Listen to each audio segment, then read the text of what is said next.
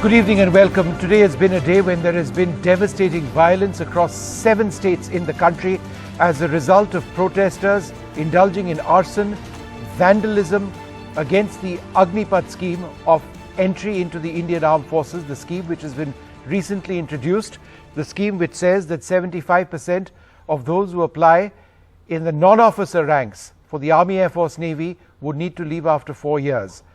Only 25% of them would get a complete tenure in the armed forces, in the non-officer ranks, which lasts for up to 15 odd years and has a pension at the end of the day. But these protests went out of control today. Trains were targeted, buses were targeted, school buses were targeted, children inside seen crying. Railway property was damaged, destroyed in many places. The offices of MLAs were targeted, party officers were targeted as well. Recruitment within the Indian Armed Forces has been a staple for generations of people. The fact that the recruitment structure has been changed so fundamentally is a cause of huge concern for many who see their dreams evaporate in front of their eyes with the introduction of this new program, Agnipath. We'll be talking with experts on this program on what exactly the scheme is all about, because the government believes that not enough information has been disseminated. At the same time, we'll be looking at the violence which has been caused across the country, violence which is entirely, completely unacceptable. In a country where many of those protesters aspire to be in the armed forces, they've perhaps not understood what the first basic rule of being in the armed forces is: discipline. That means you do not take the law into your own hand. We'll be joined by my colleagues Sukirti Dwivedi from Rohtak, Uma Sudhir joins us from Secunderabad in Telangana. Manish Kumar will be joining us as well in a little while from now. But before I go across to them, I just want to look very briefly at what the government is doing at this stage. Remember, post the violence that we've seen, the government has announced late last night a one-time upper age relaxation for the recruitment process through the Agnipath scheme from 21 to 23. This is important. It was done because for 2 previous years, there was no recruitment in the armed forces because of COVID. And therefore, a lot of the individuals who wanted to join suddenly became overage for the Agnipath scheme. So the government says, all right, fine. Yes, the Agnipath scheme's age of entry, upper age band was 21. We'll increase that to 23 to allow the others who couldn't because of COVID not try and get in. They'll get an opportunity as well. The government hopes that this will bring down anger among those who missed out in the last few years.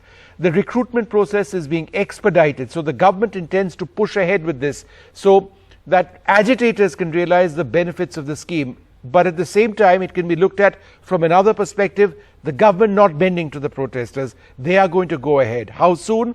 The Air Force recruitment begins on the 24th of June is what the Air Chief Marshal has said. Army recruitment will begin also in 2 days now.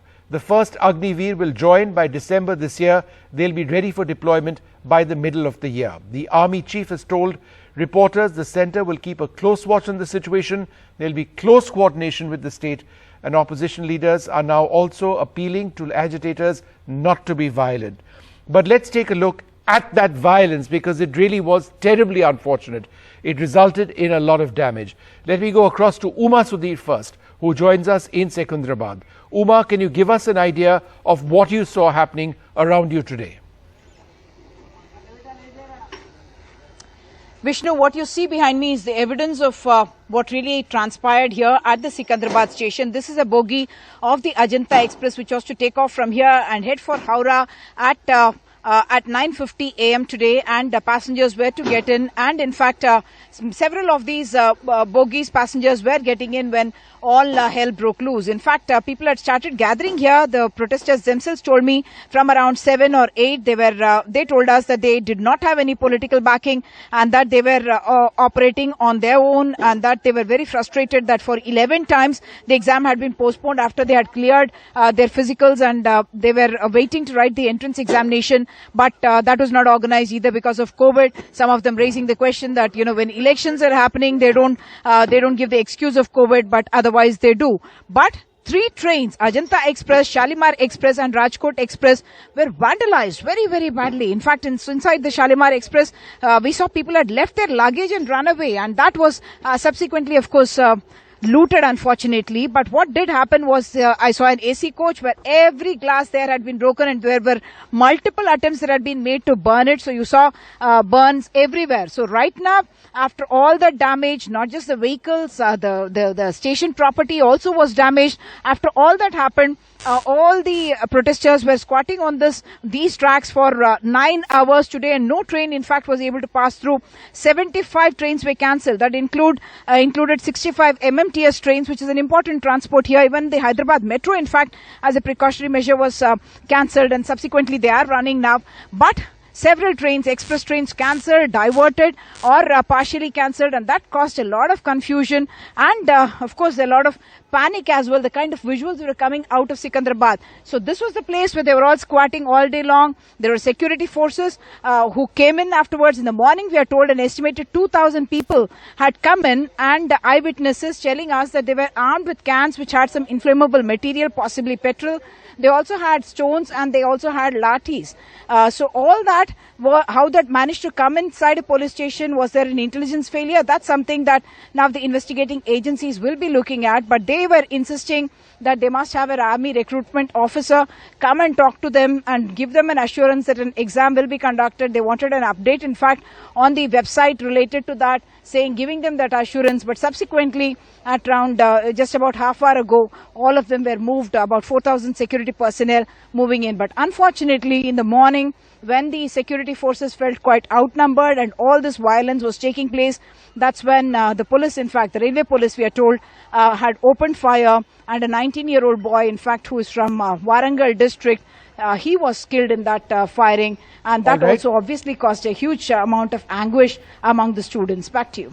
All right, Sukirti, I'll come across to you in just a moment from now, but first I'm joined by Lieutenant General Raj Shukla, who recently retired as General Officer Commanding of the Indian Army, the Commanding-in-Chief of the Indian Army's Training Command.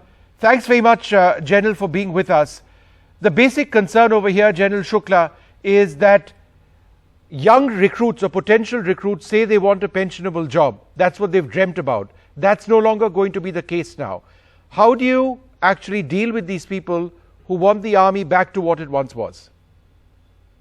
Good evening, Vishnu. If you will just give me 2 minutes for a very short preamble, I would just like to put this whole thing in perspective. And I'll just make very quick points. Firstly, the army has been in what shall we say, deep consultation with the Ministry of Defense and people higher up about this scheme over the last 2.5 years. It has been deeply thought through. Many of those metrics that I will just place before you will tell you how deeply it has been thought through. So this scheme has 3 segments. There is the recruitment module, there is the in-house training module, and there is the exit module. Now, the recruitment module today, you see, it is a, shall I say, a age-old module, which is dependent on 2 prominent metrics, those of a physical test and a medical examination. World over, there has been a sea change in the recruitment metrics. For example, online screening, matching attributes of the various aspirants with the needs of the army, aligning them. So deep studies were done about all this to improve the recruitment module. There's no time to go into the details. But once that module unfolds, the army will gain by, shall I say, a superior recruitment methodology and a better matching of the individual attributes, their aspirations, which what the army needs. The second is the in-house training module. Now, I, as the GOC in CR track, we did very deep studies about the length of training of recruits. World over, in most armies of repute, the training does not exceed 19 to 20 weeks. In our case, because of, shall I say, a rather antiquated system, the training periods were rather luxurious and stretched out, running into 2 to 3 years. We were training people in trades which already existed outside. For example, many of the needs that the army needs, those resident capacities are available in ITIs. So all these training modules are being made sharp, they are being made focused, they are being made modern. And the third is the exit module. Now, of course, we must take care of these Agniveer. So all these assurances which have been, publicly articulated since yesterday. The army been fighting for years for sidestepping. You've got assurances from the MHA. You've got assurances about certification. So somebody who comes in with class 10 when he leaves goes with a class 12 certificate. They are grades to make sure he gets graduation. We've already started, through this NSQ system, okay. RRU, other universities giving in-house recognition to many of these attributes or the areas where these recruits will be trained in. Right. As this system gains momentum, the Agniveer product will not have to beg for a job. He'll be sought after. He will be sought after, I assert. Okay. So the in-house training module will lead to this. Then there are other things. Just 1 minute, Vishnu. I mean, apart from the Seva Nidhi package, to encourage, entrepreneurial zeal, linked to his package, loans will be available. So all kinds of steps are being taken to make sure that Agniveer, when he leaves, he's empowered, he's a better product, he's sought after.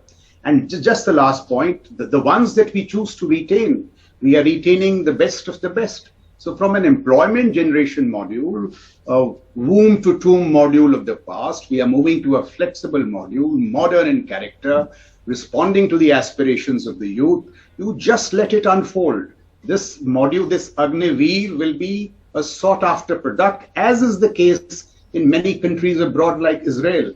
It will collapse these civil-military domains. So there are many pluses to this, and whatever drawbacks are there, they will be addressed. For example, I'm told this whole concern about, after some time, the leader to leg ratio being 25 to 75, yes. That's not going to happen. At no time is it going to exceed 50. Okay, so General, half a second. I'll come back to you. We've got plenty of time to talk about this.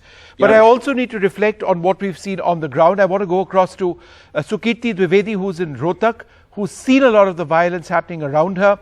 General Shukla just spoke so much about what the scheme can be. Is this information translating into anything which people on the ground accept or believe or know of? Well, yes, Vishnu, we will put those questions to army aspirants here in Haryana's Rohtak. These are army aspirants from across Haryana who come to Rohtak, stay in PGs or in coaching centers, hostels, where they prepare for the army for a span of several years. We will speak to these youngsters about what their views are. Sir, अपना नाम बताएं सबसे पहले. अर्पित सांगवान. कहाँ के रहने वाले? सोनीपत.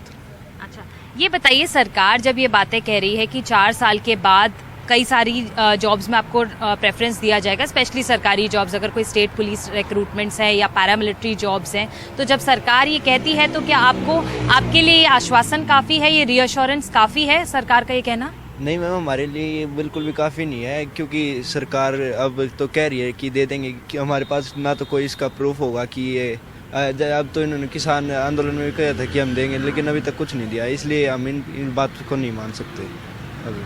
तो आप और स्कीम्स पर सरकार का जो रवैया रहा है उससे इसको कंपेयर करते हैं कि पहले अगर कोई वादे पूरे नहीं किए हैं तो इस बार आप भरोसा नहीं कर सकते? हाँ, उस पर भी कर सकते हैं मैम, लेकिन अब जैसे वैकेंसी है सरकार के पास खाली, तो फिर पूरा रिक्रूटमेंट क्यों नहीं कर रही है, ये भी सवाल आता है। आपके परिवार से और भी लोग आर्मी में हैं? नहीं मैम, आप पहले आए हैं जी। तो क्या करते हैं आपके माता पिता सोनीपत में? फादर फार्मर है, मॉम हाउसवाइफ है जी। आपके यहाँ पे रोहतक में रहने का खर्चा और ये सब कैसे उठाते हैं वो लोग इतना, क्योंकि आपको आर्मी में भेजने के लिए इतनी पढ़ाई करवा रहे हैं, तो आसान है उनके लिए इतना सारा पैसा जुटाना? बहुत ज़्यादा हार्ड वर्क करते हैं फादर, तभी फीस वगैरह हो पाती हैं, नॉर्मल वो नहीं है। सर, आप अपना नाम बताएं। धीरेन्द्र कुमार। कहाँ के रहने वाले हैं? चरखी दादरी में। अच्छा सर, ये बताइए कि सरकार की ये जो स्कीम है, 4 साल के बाद पेंशन को लेकर के बड़े सारे सवाल उठ रहे हैं, तो क्या आपके लिए भी पेंशन एक बड़ा मुद्दा है? यस मैम, बिल्कुल बड़ा मुद्दा है, क्योंकि पेंशन के जैसे ही सरकार ने टीओडी लागू किया है, तो इस हिसाब से मतलब 4 साल वहाँ पे जॉब करो, वापस आओ, 12 लाख रुपए लेके, अगर यहाँ पे बिजनेस सेटअप हुआ तो हुआ, वरना वो भी नहीं होगा। मतलब कोई इंसान अपने बच्चे को फौज के अंदर भेज रहा है, ठीक है, वो बच्चा सिर्फ आर्मी के लिए ही जाता है, वो पैसे के लिए नहीं जाता फौज में, देश की सुरक्षा के लिए जाता है, ठीक है। और वो मतलब कोई किसान अपने बच्चे को पढ़ा लिखा के इतने महंगे फीस मतलब एकेडमी वगैरह में दे के उसको पढ़ा लिखा रहा है और उसको इस काबिल बनाता है कि वो आर्मी में जा सके, और उसके बाद सरकार ने टीओडी जो लागू किया है वो बिल्कुल प्रॉपरली ही गलत है। इस 12 लाख रुपए में वो सोल्जर करेगा तो करेगा क्या? अपने माँ बाप के सपने पूरे करेगा, अपने करेगा, अपनी शादी करेगा या बहन की शादी करेगा या बच्चों को पढ़ाएगा, या वो करेगा क्या? सर आप बताएं, अपना नाम बताएं। नितिन नाम। कहाँ के रहने वाले? रेवाड़ी से। घर परिवार से और भी कोई आर्मी में है? नहीं, आर्मी में और कोई नहीं है। आप बताएं, आपको इस स्कीम में सबसे बड़ी खामी, सबसे बड़ा जो ड्रॉबैक है वो क्या नजर आता है? सबसे बड़ी खामी तो यही है मैम, आप इसका अंदाजा इसी बात से लगा सकते हो कि जब ये लागू किया था टीओडी, उसके 24 घंटे के अंदर अंदर 42 बच्चों ने सुसाइड कर लिया था। ये बिल्कुल शर्मनाक है, बहुत शर्मनाक है कि आप ये मीडिया वाले वैसे तो खुल के दिखाते नहीं है, पर हमें सभी को पता है, आपको भी पता है। और इन्होंने क्या पेंशन तो देंगे नहीं, और सभी इसमें पैरामिलिट्री फोर्सेस में बंद कर दी, बीएसएफ में और असम राइफल्स में, सभी में बंद कर रखे इन्होंने। और वहाँ से आने के बाद जैसे 4 साल की हमने ट्रेनिंग वहाँ पे कर लिया, वहाँ से आने के बाद यहाँ पे कोई भी ऐसी जॉब नहीं है जिसको करके हम अपना घर बार चला सके अच्छे से। One last voice we will be getting of a gentleman here who runs this army recruitment coaching center, and we will speak to him for more. Sir, जब से ये स्कीम आई है, सबसे पहले अपना नाम बताएं।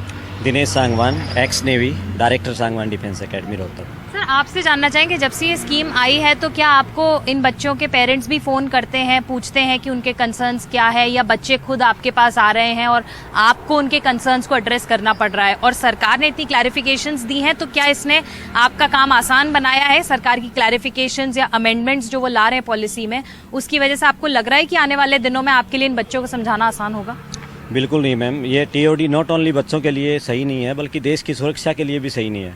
मैं नेवी में था, सबमरीन में था, तो ये 4 साल में बच्चा क्या कर सकता है, कितनी ट्रेनिंग करेगा, जब तक वो कुछ सीखेगा तब तक उसका रिटायरमेंट का टाइम हो जाएगा। और रिटायरमेंट आने के बाद ना बच्चे की पेंशन है, ना कोई मेडिकल इंश्योरेंस मिल रहा है उनके घर वालों को, ना कोई सेफ्टी है, ना सिक्योरिटी है।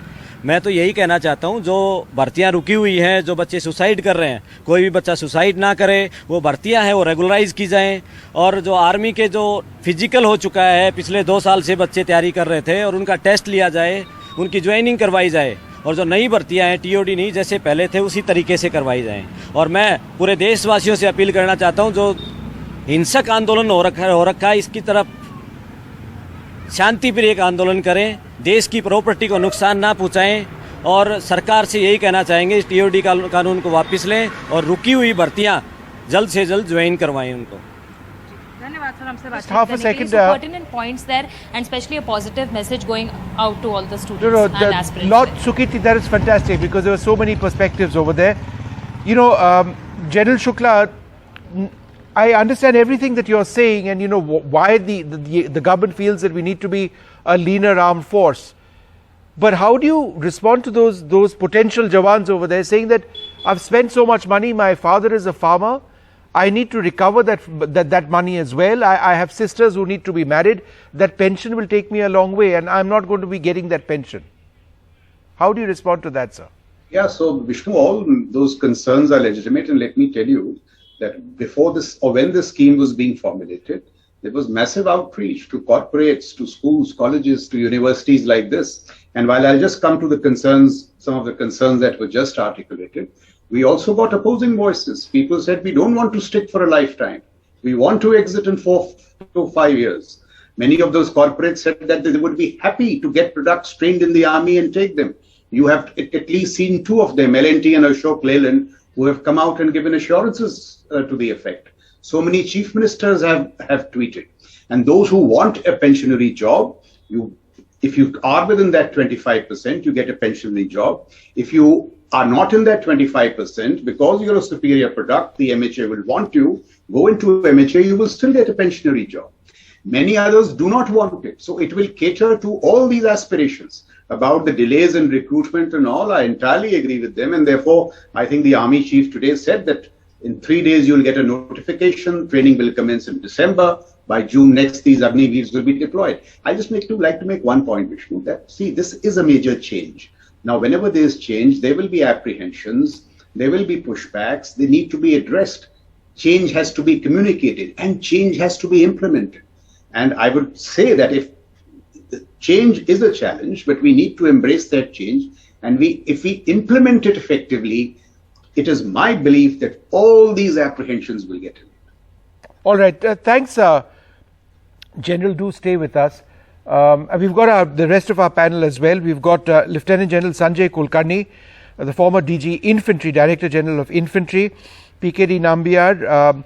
We've got Group Captain Vinod Augustine with us, Air Marshal P.S. Aluwalia, Gurdeep Singh Sappal of the Congress, Brigadier Rahul Bhosle of the Army, Brigadier Sandeep Thapar joins us as well. So as you can see, we've got a huge panel. We've also got Major Muhammad Ali Shah, a Defence and Strategic Affairs expert.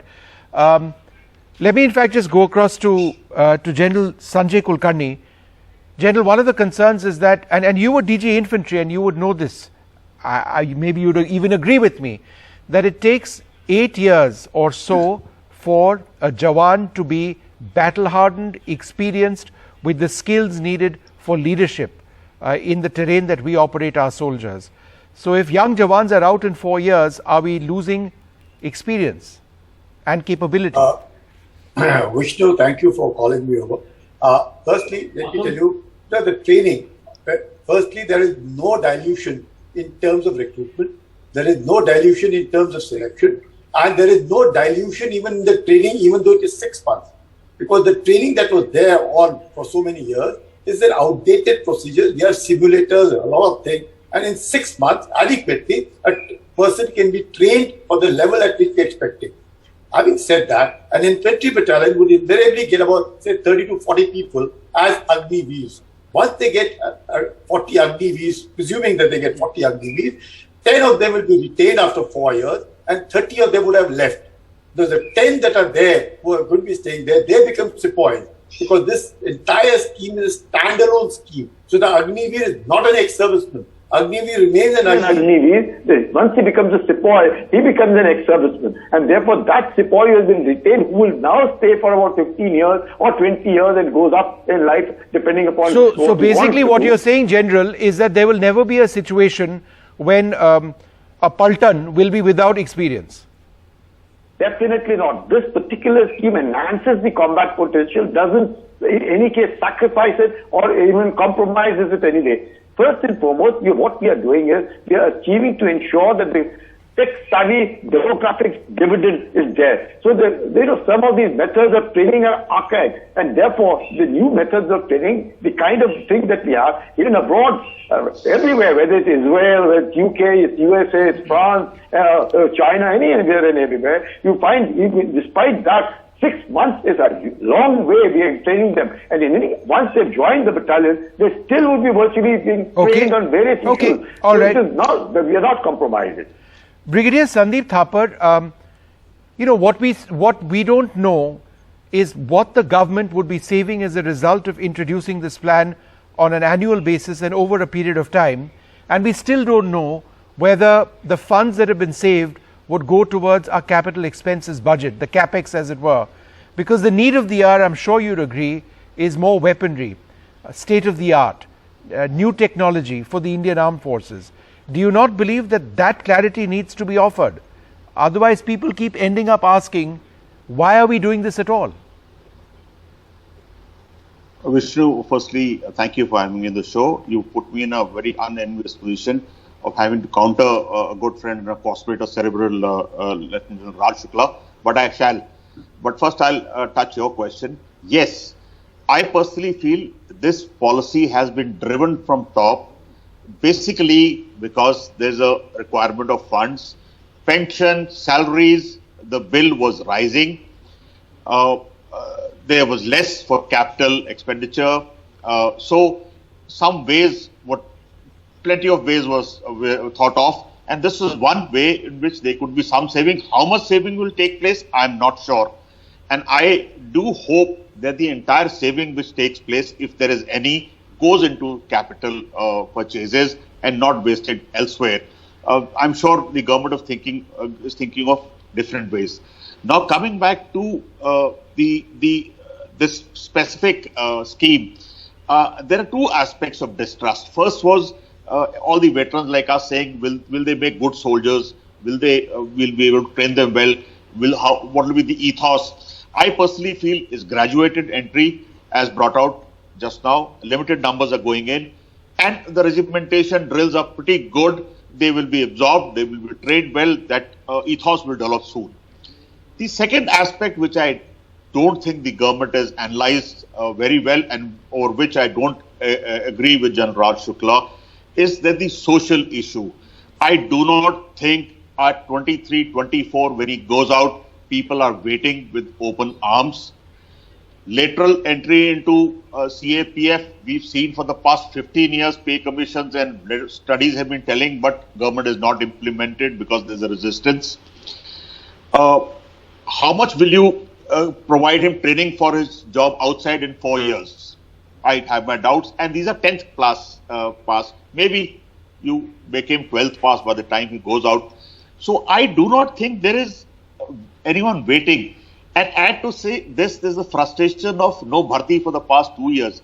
So there is a tremendous angst against, the timing is very poor. Brigadier, half a second. So let me put those questions to General Shukla. Shall we do that? Let me just put that to General Shukla. I just 30 seconds more. Yeah. Some states have given a reassurance of a certain amount of entry, assistance entry into CAPF and other jobs, but that there is no guarantee onto that. Okay. Like that boy just now said, politicians can change their mind. Probably they'll not be in power. So it has to be legislated in the scheme. Some kind, I don't say 100%, but 30, 40, 50%. Some kind of into state PSUs or elsewhere. So he has an assurance. He's not joining for Desh Bhakti alone. He's also joining for Okay. Brigadier, half a second. General Shukla, would you like to respond to that? Again, the point that no guarantee of jobs. Yeah, absolutely. Firstly, hello to all my old friends and many of these colleagues, past and present. I'll give specific answers. This leader to lead ratio, I'm told, will never exceed 50 to 50. So experience and youth will always be balanced. There were some fears on that. So the job point, what Brigadier Thapar is saying, we keep coming around to that. Before that, let me make one point, because that I think is the beginning of all these apprehensions. This, please believe me, has been a process of mutual consultation over the last 2.5 years. It has not been imposed. और उसका फायदा क्या है? I'll tell you what is the previously the services were always pleading that the guys who go out, please take them in. Now that there is dual stakeholding, the services have had to say something. The political leadership has said, go ahead with this. This dual stakeholding, I'm optimistic, will ensure that this lateral sidestepping, which is now being dubbed as Prathamikta, will metamorphose into reality. That is the same thing.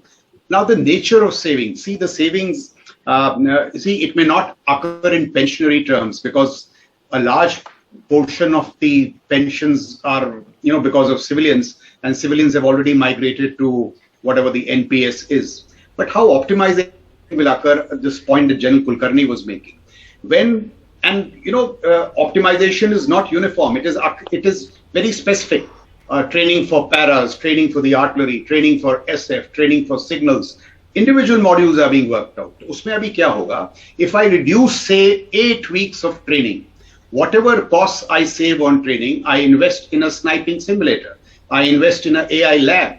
So training is optimization is occurring in this sense. If we wish to right-size the army, this will enable us to right-size the army. Okay. The devil lies in the detail. The challenge lies in the implementation.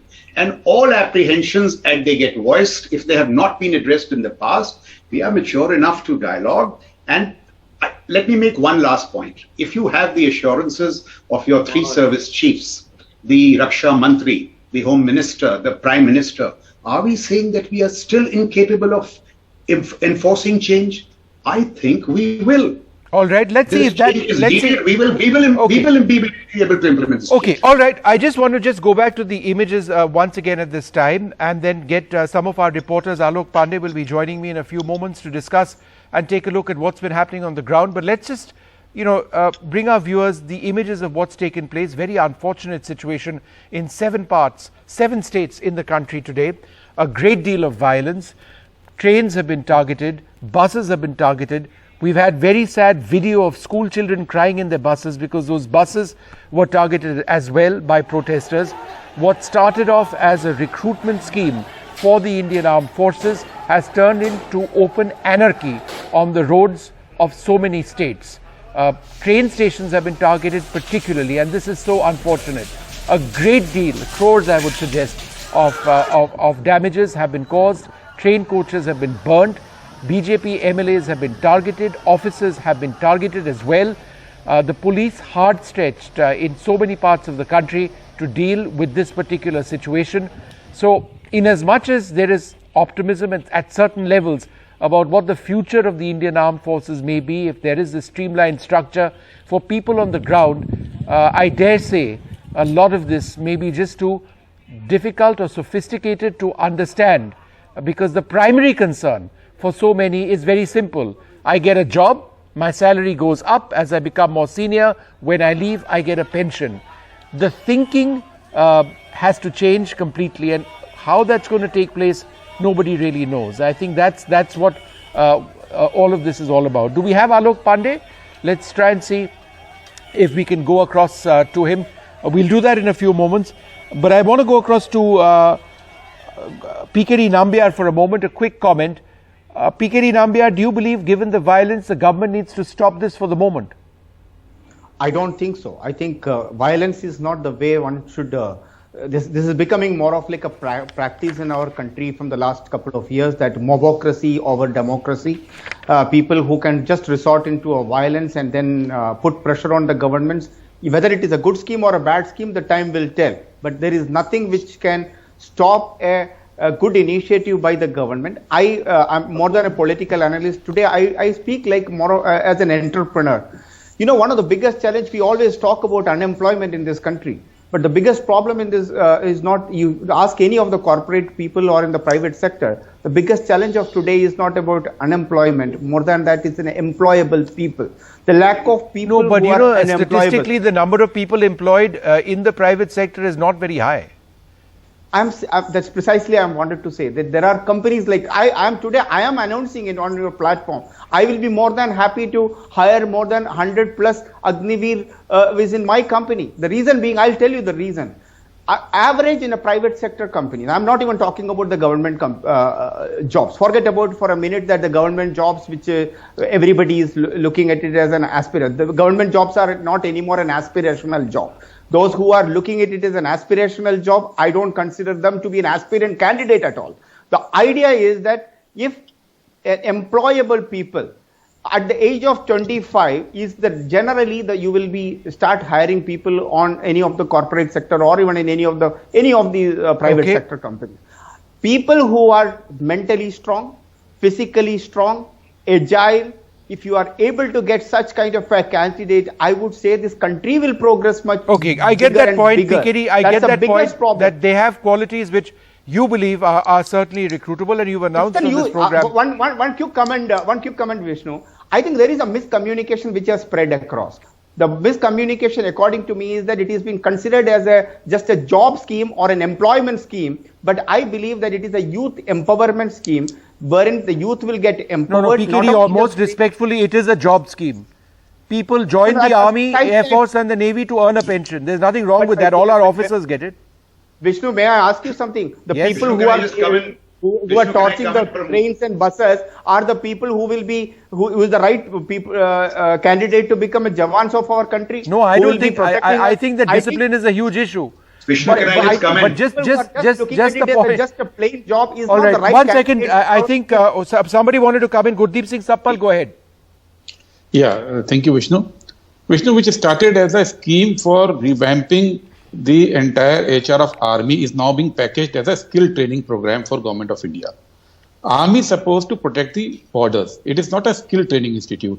And let us see the numbers, what they are saying, because the numbers are very important. On an average, 1 lakh Agniveers will be retired every year. And at a quota of 10%, you need 10 lakh jobs every year to give employment to this 1 lakh Agniveers. And what is the reality today? In the last year before COVID, which was a normal year, the total recruitment in the 4 North Indian states was 1,22,000 jobs, out of which only 2,602 were ex-employees, ex-army men. Still, even today, we have quotas from 10% to 24.5% in various government jobs for ex-servicemen. But these quotas are actually meaningless. We have only 2% ex-servicemen in the jobs. And now they're saying that we'll give jobs to 1 lakh ex-Agniveers every year. Where are the jobs? So please do not try to mislead this nation. I think it is a very unfair demand on a youngster of 18 years that he trains for 3 years to get recruited, then he trains, then he studies, then he protects the country, then he retires, and then he looks for another job. Isn't it too much to demand from a youngster? People are looking for jobs. There are no jobs in this country. Okay, both of you, just 1 second. I want to again, because I think the no, one sec, PKD, hold on. I need to also focus on. Vishnu, just no. Both of you need to keep quiet. Both of you need to keep quiet for 1 minute. Just one line. What I want to do at this stage, if India do not have employable people, it means all this stand-up India. You made your point, Mr. Sapal. I also want to focus on what I also want to focus, and this is important, on what a lot of the voices on the ground have been saying, which is why I want to play out this report from my colleague Alok Pandey.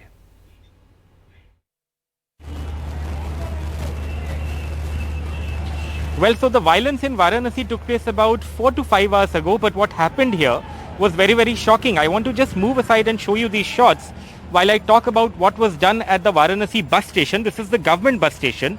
Now, this bus is an AC bus that is generally used for intra-state commute, but you can see over here that all of the window panes of this bus are smashed. Now, what happened about 4 or 5 hours ago was that from this side, and Rajesh will just show you, go to this side and show you, this is empty right now. But this is the area from where about 200 to 300 people came in, and they had sticks and they had stones, and they started pelting these buses with stones, and they also started, hitting them with sticks. And many buses, this is just one of the buses which has been vandalized, but there were many other buses that were vandalized. In fact, I want to just also walk with Rajesh to this side and show you this bus also. Now, this is not an AC bus, this is a general bus, but this is an Azamgarh depot bus, meaning that it was traveling to Azamgarh. It was scheduled to travel to Azamgarh, and hundreds of people, especially our lower income groups, they all use these buses to travel for intrastate commute, but today they can't do it because this bus also totally smashed, at least the window panes and the interior smashed by these protesters. Now, this went on for a good 30 to 40 minutes. Some shops were also smashed. Right now things are peaceful, but the after effect of this has been that so far bus services have not resumed at this bus station, meaning that hundreds of people are stranded. They cannot go to their destinations. They are trying to go via trains, but that's not feasible for everyone. So this is the kind of violence that took place here in Varanasi about 4 to 5 hours ago. A quick question to Group Captain Augustine. Do you believe this scheme is going to work? Do you believe the capability of the Indian Air Force will remain? Thank you, Vishnu. I was patiently waiting for my turn. Let's look at the scheme a little more mathematically. Let's look at just two parameters, Vishnu, not more. One is 30 to 35 years of age. When you come out, where will you slot in? Vis-a-vis 20 to 21, 23 years of age, where will you slot in? An apt point that was raised by one of the panelists earlier. And the second aspect is about 45,000 people in, 34,000 out, 75% wean-off ratio. Today, in the CAPF, in the state police, at that age bracket, what is the kind of job that is available? What are the numbers? These numbers, just a mere Google number will tell us that not only these Agniveers will be placed comfortably, over and above what is left will be left for those open category who cannot be placed into this. Agniveers have taken the slot and rest will be given to them. And the third is someone talked about, is it a skill institute or not? I have just one question to them. Somnath Sharma, Paramveer Chakras, yes. Major. Yes. Jadunath Singh, Nayak. Okay. Rama Rane, Second Lieutenant. Piru Singh, Company Havaldar. Karam Singh, Lance Nayak. I can go on and on and on. I can just one, Nirmaljit Singh Sekon, so the point flying officer.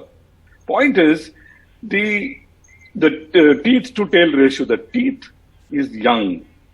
Teeth, you see, you've been in Kargil. Who got us the victory? People with 2 to 3 years of service. So you are talking obviously about youth and where that's taken us. Look, I need to take a short break at this stage and I'll come back in just a few moments. Stay tuned.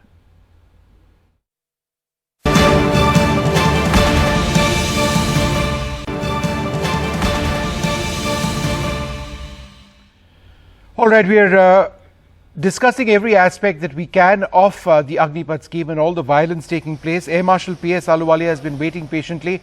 Air Marshal, do you believe or are you confident that there are enough job opportunities for young people after they finish 4 years?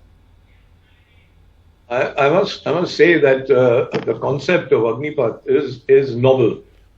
It'll have a lot of growth points. It'll have a lot of advantage to the government, to the armed forces, etc. But having said that, the implementation is an issue. For instance, you get a lot of parrots coming and blabbering about this country and that country and manuals, etc., etc. But the most important thing, the socio-economic condition of our youth, of our society. Okay. And that nobody considers. For instance, today it is most important that it has to be a job opportunity. Right. The days of having a guy looking at his flag and, giving up his life and dedication and devotion, very well said, sir, but generations have changed. And most importantly, the job opportunity has to be very good. And if it's good, you'll get the best. But if it is not so, like for instance, after 4 years, if you go out, then there is no job surety. Okay. So I don't know how many people will want to come. Okay, so I just want to quickly go across because I'm running short of time. Yeah. Just one point, Vishnu. What you need to do is you need to refocus on issues because the government has already given this task to the armed forces. Right. And the armed forces can come up with any changes. Okay, Brigadier Bhosle, a quick question to you, sir. All this. A lot of concern that those who are trained up in technical trades over a period of 4 years would be out, and therefore that could be problematic for the armed forces. Yes, definitely. I mean, that's a problem for the Indian Air Force and the Indian Navy in particular. There'll be a big challenge for them. But I'd like to highlight to you that violence is not the solution, as we already highlighted. And many of the Agniveers are not involved in the violence. That is point number one. Second point is, why is the resistance? Because you're altering the fundamentals of the contract between the state and the soldier. The fundamentals of the contract between the state and the soldier is, you go to the front, you fight, you shed your blood, and I will look after you throughout your life and your family in case you lose your life. That fundamental of the contract has been violated in this. This is a hire and fire scheme as perceived on the ground. Now, how to go about changing it?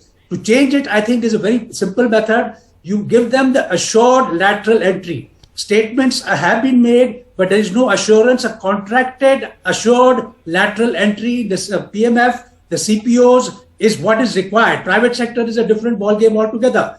Those who have left after the 4 years, they have to be given a contracted assurance right now before they're being sort of recruited as Agniveer, that you will be transited into the paramilitary, into the central police organization and the state police. There are adequate number of vacancies. All right. The armed forces have been fighting for this for years, fighting for this for decades. Okay, Brigadier, I'm just interrupting you because I'm out of time completely. Major Shah, 30 seconds. Sorry, we just haven't had enough time. Go ahead. Yes.